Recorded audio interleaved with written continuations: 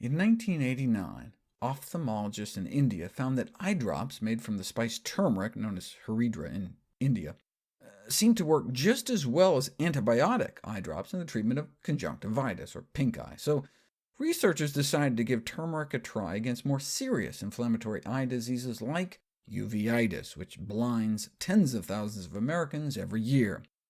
Uveitis is often an autoimmune or infectious inflammation of the central structures in the eye.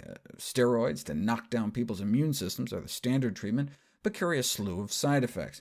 So researchers tried giving uveitis sufferers oral supplements of curcumin, the yellow pigment in turmeric, thought responsible in part for the spice's anti-inflammatory effects.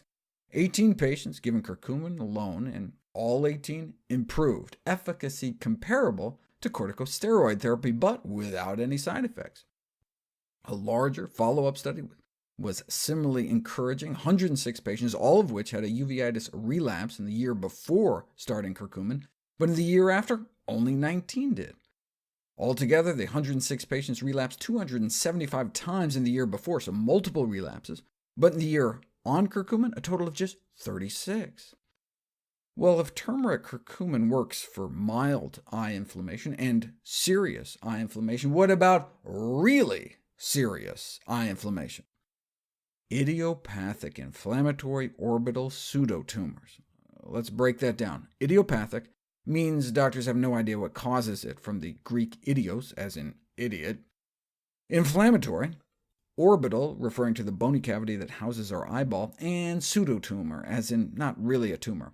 But a lot has changed since this was published in 2000. Inflammatory orbital pseudotumor is now generally attributed to low-grade non-Hodgkin's lymphoma, so it does actually appear to be a form of cancer. Well, what can curcumin do about it? They decided to look at the spice compounds because the available treatments are so toxic: steroids, radiation, chemotherapy. In fact, initially, all the patients in the study were put on steroids, but had to stop them because they either didn't work or had to be withdrawn because of complications. And they didn't want to use radiation because they didn't want to blind anyone. But you got to do something. All the patients had such swelling that they couldn't move their eye as they normally would. If only there was some cheap, simple, safe solution. 4 out of the 5 patients who completed the study had a full response, defined as complete recovery with no residual signs or symptoms.